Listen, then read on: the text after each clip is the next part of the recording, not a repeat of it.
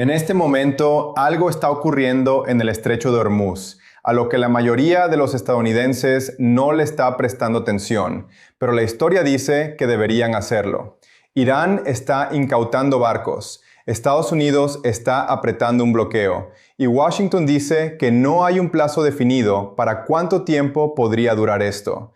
Pero aquí está la parte de la que nadie habla. Esta estrategia exacta ya fracasó antes. Hace 200 años, Napoleón intentó asfixiar la economía de su enemigo, convencido de que el tiempo estaba de su lado. No lo estaba. Le salió el tiro por la culata y lo destruyó. Y hoy, Estados Unidos puede estar recorriendo el mismo camino mientras China observa, aprende y espera el momento de golpear donde más duele. La pregunta es, ¿estamos presenciando el comienzo del mismo error, pero esta vez a escala global?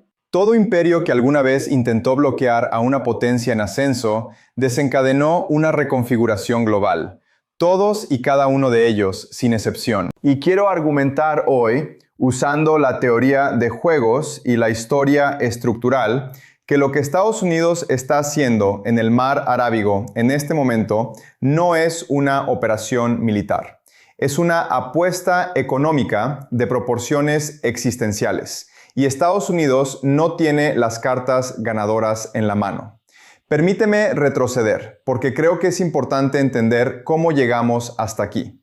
A principios de 2024, cuando el consenso generalizado era que Irán era un problema manejable, un estado paria que debía ser contenido, pero no confrontado directamente, hice 4 predicciones. Primera, Estados Unidos eventualmente pasaría de las sanciones a la interdicción física de los envíos de petróleo iraní. Segunda, ese movimiento desencadenaría una crisis en el estrecho de Hormuz que la Marina estadounidense no podría resolver en silencio.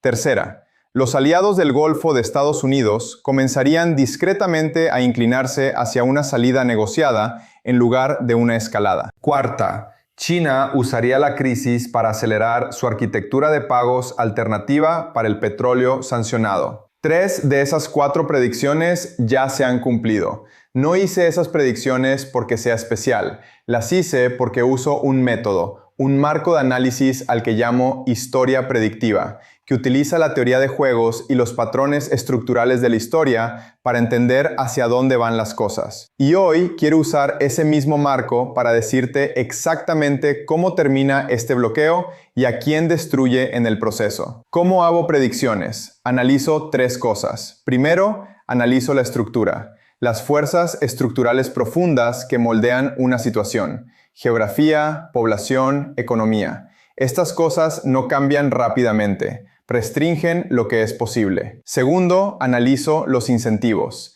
En la teoría de juegos, cada jugador intenta maximizar su propio interés. Entonces me pregunto, ¿qué quiere realmente cada jugador? No lo que dicen querer. Lo que realmente quieren, porque esas 2 cosas casi siempre son diferentes. Tercero, analizo la historia. No porque la historia se repita exactamente, porque no lo hace, sino porque los seres humanos son seres humanos y los imperios son imperios. Ciertos patrones aparecen una y otra vez a lo largo de miles de años. Si conoces esos patrones, puedes verlos desarrollarse ahora mismo.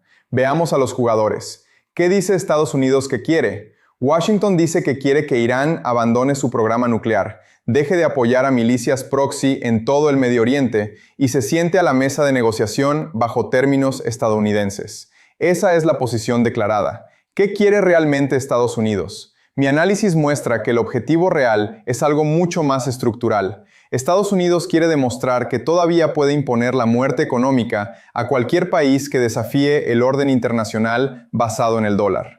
El bloqueo no tiene que ver realmente con las centrifugadoras iraníes. Tiene que ver con enviarle un mensaje a Pekín, a Moscú, a cada país que está observando. Crúzanos y estrangularemos tu economía desde el mar. Irán es el ejemplo. La audiencia es el mundo. ¿Qué dice Irán que quiere? Irán dice que quiere que se levante el bloqueo, que se eliminen las sanciones y que se respete su soberanía. Esa es la posición pública. ¿Qué quiere Irán realmente? La supervivencia de la República Islámica como sistema político. No la nación iraní, sino el régimen, el líder supremo y el cuerpo de la Guardia Revolucionaria. Entienden que el colapso económico es una amenaza existencial para su control del poder, de modo que su cálculo real no es sobre armas nucleares ni sobre influencia regional. Es sobre ganar suficiente tiempo para conseguir un acuerdo o para construir una economía paralela fuera del alcance estadounidense. Los 2 barcos incautados en el estrecho de Hormuz esta semana no fueron un acto de guerra, fueron una señal. Fueron Irán diciendo, todavía tenemos cartas que jugar. ¿Qué dice China que quiere?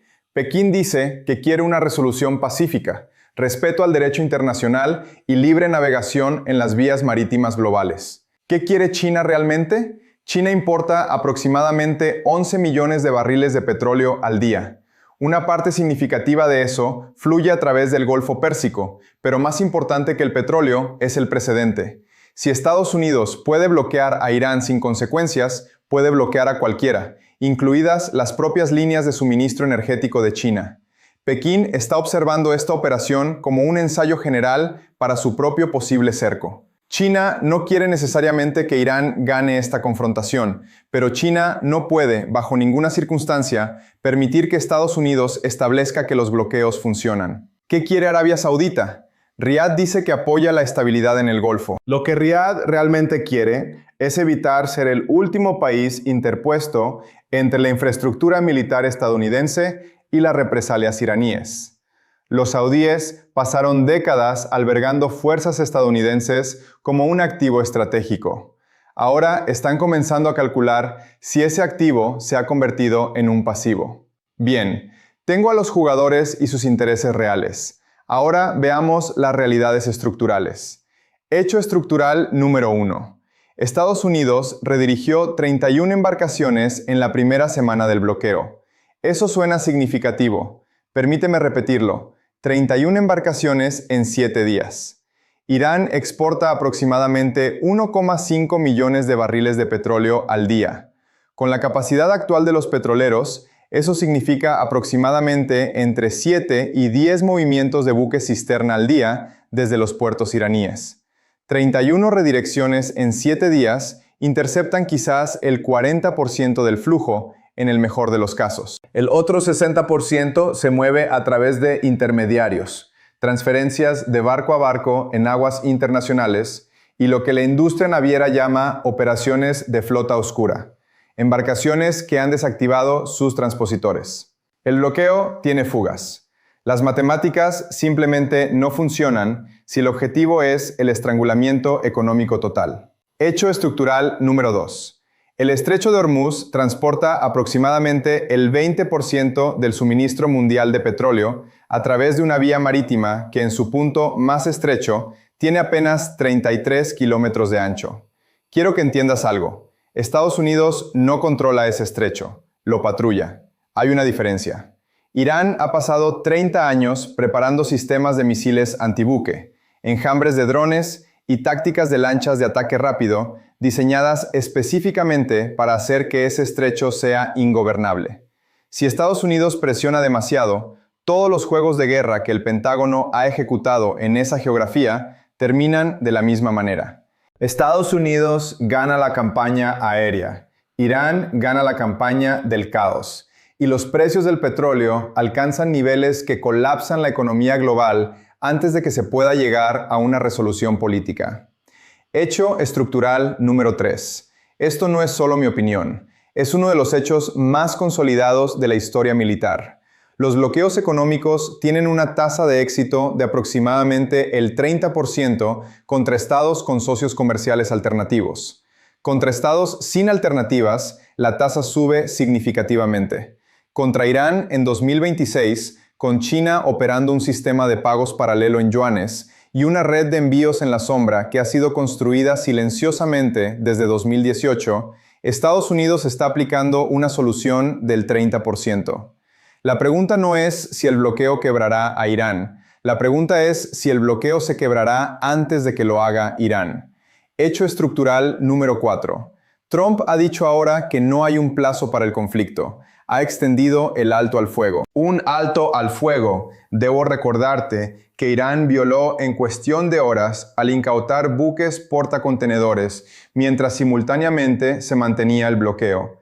Esto es una contradicción. Un alto al fuego con un bloqueo adjunto no es un alto al fuego. Es un asedio lento que viste las ropas legales de la contención. Una vez que lo ves, no puedes dejar de verlo. La comunidad internacional lo ve. Y los países que se encuentran en la cuerda floja, Turquía, India, Indonesia, los estados del Golfo, están haciendo sus cálculos ahora mismo sobre si el orden estadounidense es un sistema dentro del cual quieren permanecer. Creo que la situación termina de una de dos maneras. ¿Y cuál de ellas depende de una pregunta crítica? ¿Colapsa la economía de Irán más rápido que la coalición política de Estados Unidos? Escenario 1. Irán parpadea. La inflación dentro de Irán supera el 40%. El rial colapsa aún más. La Guardia Revolucionaria pierde su control sobre la calle. Una facción dentro del sistema iraní, no los reformistas, sino los pragmatistas dentro del aparato de seguridad, tiende la mano a través de canales informales. Se estructura un acuerdo. Parece una victoria estadounidense. Irán cede concesiones nucleares significativas. Estados Unidos levanta el bloqueo. Trump declara el éxito antes de las elecciones de mitad de mandato. En este escenario, el bloqueo funciona. Pero aquí está lo que la mayoría de los analistas pasan por alto. Incluso en este escenario, el daño al orden basado en el dólar ya está hecho. 30 países observaron cómo Estados Unidos imponía un bloqueo. 20 de ellos comenzaron a acelerar sus propios sistemas alternativos de pago y comercio. La victoria es real y es temporal. Escenario 2. El bloqueo se fractura. Primero, un buque de bandera china o un buque que lleva un certificado de seguro de carga chino entra en la zona de bloqueo. Estados Unidos debe interceptarlo, lo que significa confrontar a China directamente o dejarlo pasar, lo que quiebra la credibilidad del bloqueo. Este es un camino catastrófico. Si Estados Unidos intercepta, China responde con medidas económicas dirigidas a los bonos del Tesoro estadounidense. Los rendimientos del Tesoro se disparan. La Reserva Federal se enfrenta a una elección imposible entre defender el mercado de bonos y defender el dólar. Los mercados petroleros entran en shock. El estrecho de Hormuz es testigo del primer enfrentamiento naval directo entre Estados Unidos e Irán. La infraestructura petrolera del Golfo recibe golpes. Las economías europeas, ya frágiles, entran en recesión. Y Estados Unidos se encuentra librando una guerra financiera con China mientras sostiene simultáneamente un enfrentamiento físico con Irán. Así es como los bloqueos destruyen imperios, no con la derrota, sino con la sobreextensión. Aquí están mis 3 predicciones específicas. Predicción 1.